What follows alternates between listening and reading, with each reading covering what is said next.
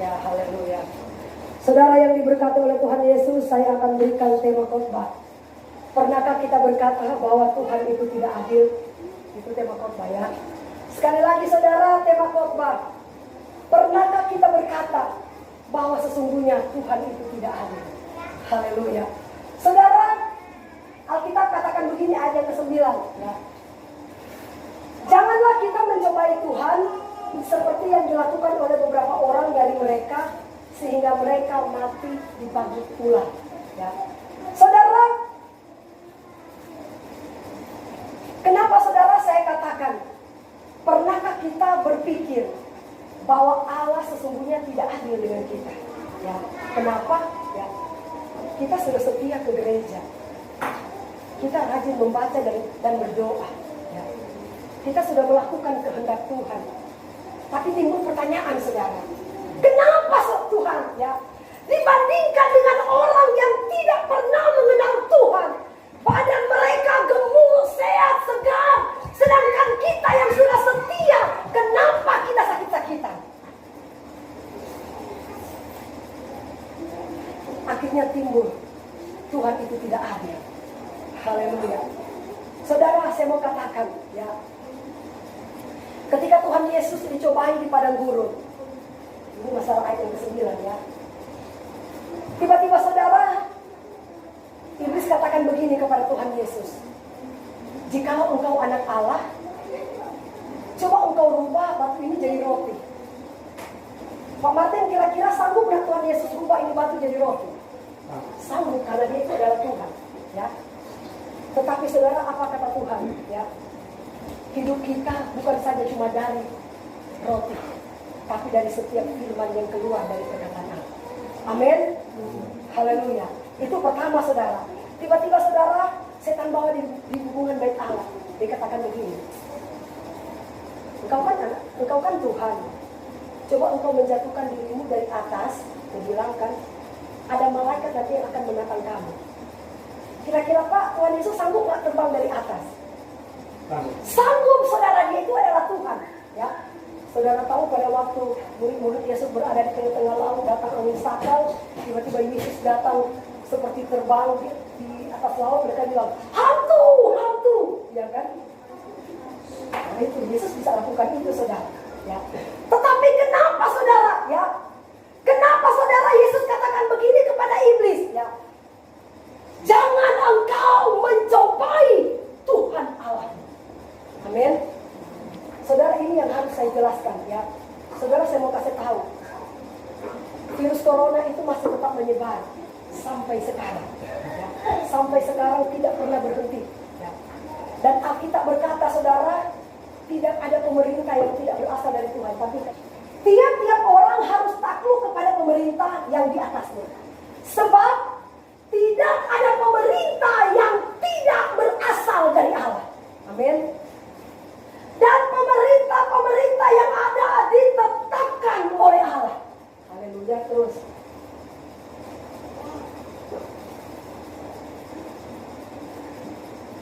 sebab itu, barang siapa melawan pemerintah, ia melawan ketetapan Allah. Amin.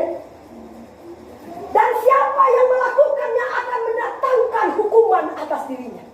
Haleluya. Pemerintah menganjurkan kita pakai masker, duduk berjarak, jangan berjabat tangan, jangan kumpul berkerumun-kerumun, bikin-bikin acara segala macam ya. Saudara, saya mau kasih tahu ya, kenapa pemerintah menganjurkan hal seperti itu? Secara rohani, ini secara rohani ya. Secara rohani kita bisa berpikir seperti ini. Tuhan kan sanggup menjaga kita ya. Kita kan punya iman, ya kan? Saudara, saya mau kasih tahu seperti yang pernah saya katakan, ya.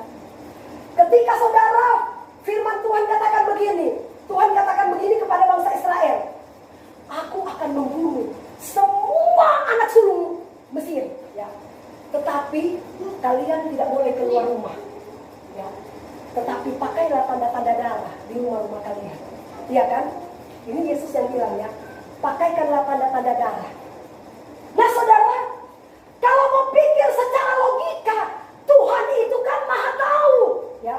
Dia tahu membedakan mana orang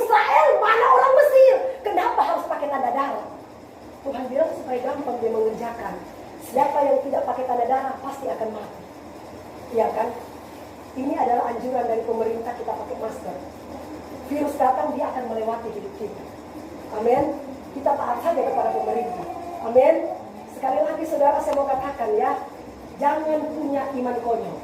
Amin. Jangan pernah punya iman konyol. Jangan berjabat tangan juga. Ya, ini nanti minggu depan saya akan taruh tempat cuci tangan di depan. Karena itu juga protokol dari pemerintah. Amin. Ya. Saudara, sekali lagi saya mau katakan ya, ketika Tuhan Yesus dicobai di padang gurun, ya, sebenarnya saudara, Tuhan itu bisa saja melompat dari atas, tapi karena dia tahu bahwa dia tidak boleh mencobai Tuhan. Ketika saudara dan saya melanggar protokol pemerintah, Tuhan katakan itu artinya engkau melawan ketetapan Allah. Amin. Haleluya. Itu kata Alkitab. Karena tidak ada pemerintah yang tidak berasal dari Tuhan. Pemerintah suruh kita pakailah masker. Virus itu bertahan kepada tubuh orang manusia. Kan kita tidak tahu dia mendekat di sini ya. Kita tidak tahu. Dia menempel di tangan kita mungkin ada beberapa jam. Tapi virus itu tidak tahan panas. Kalau kita berjemur di panas dia mati. Nah, virus itu kalau dia masih di luar dia bisa mati.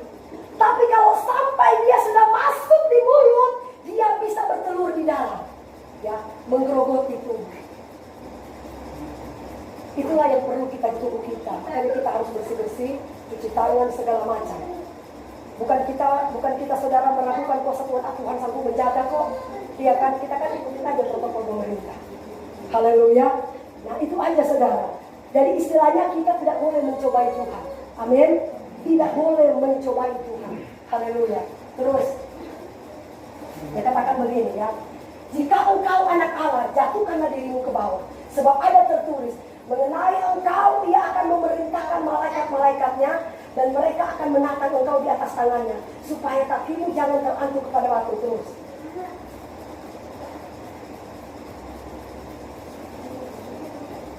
Yesus berkata kepadanya, ada pula tertulis, jangan engkau mencobai Tuhan Allahmu. Amin. Haleluya. Jangan pernah kita coba Tuhan.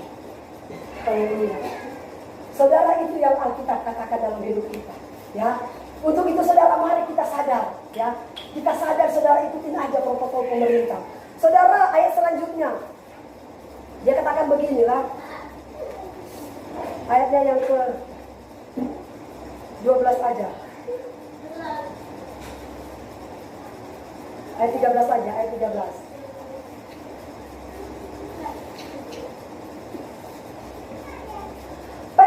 Pencobaan yang kamu alami ialah pencobaan biasa yang tidak melebihi kekuatan manusia, sebab Allah setia, dan karena itu ia tidak akan membiarkan kamu dicobai melampaui kekuatanmu.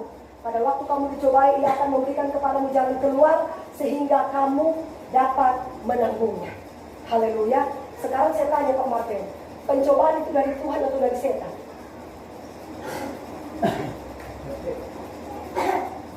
Dari siapa Pak? Dari setan.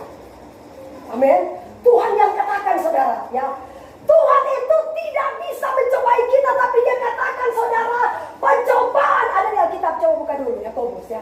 Pencobaan itu dari setan, dan Alkitab berkata, saudara dan saya dicobai melalui apa? Keinginan. Amin. Haleluya.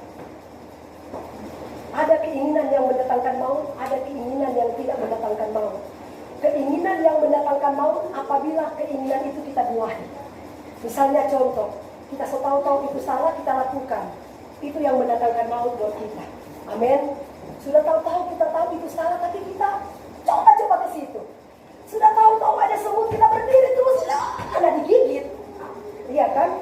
Ada semut di sini, saya berdiri, soalnya kan saya bergeser.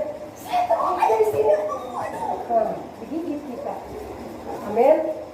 Itu maksudnya ayat ini saudara ya. Jangan pernah mencobai Tuhan Allah. Amin. Haleluya. Saudara, nah seperti yang saya katakan tadi, Tuhan, saya sudah setia. Saya sudah melakukan firman Allah ya. Bahkan saya tidak pernah apa. Tapi kenapa Tuhan? Masalah bertubi-tubi datang silih berganti, seakan-akan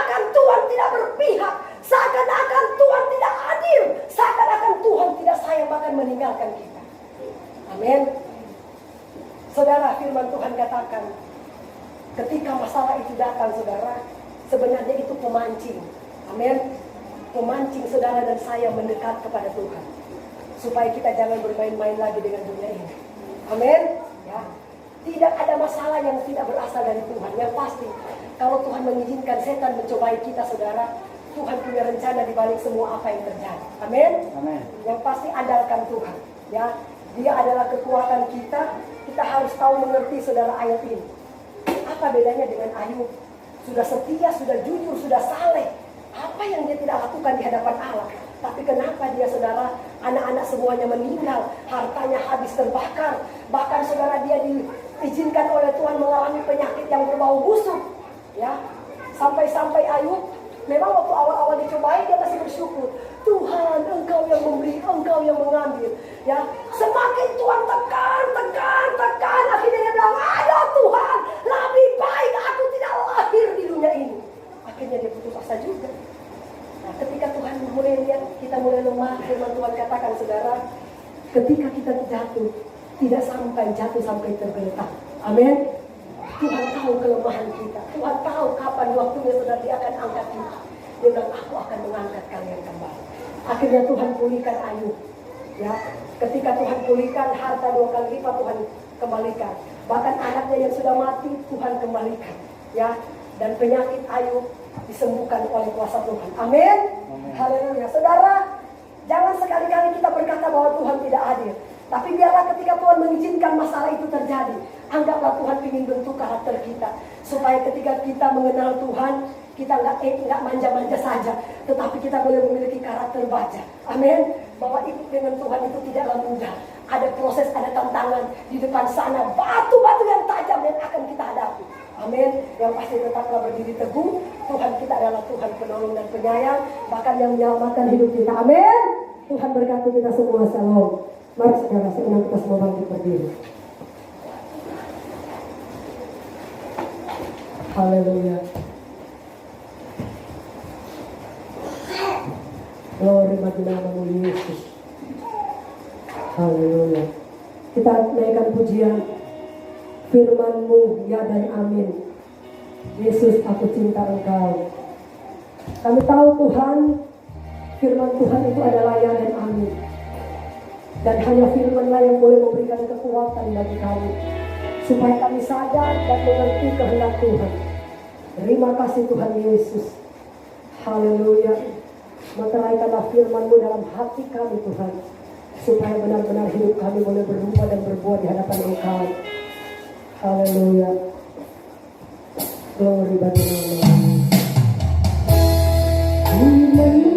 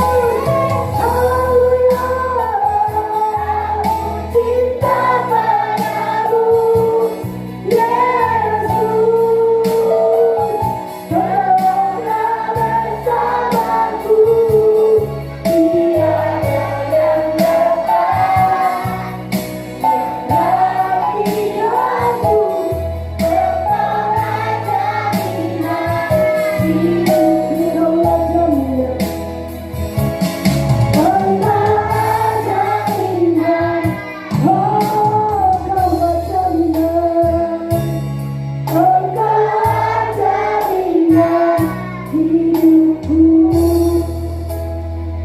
saya minta dengan kasih Ibu Rafael boleh mengucap syukur atas firman Allah.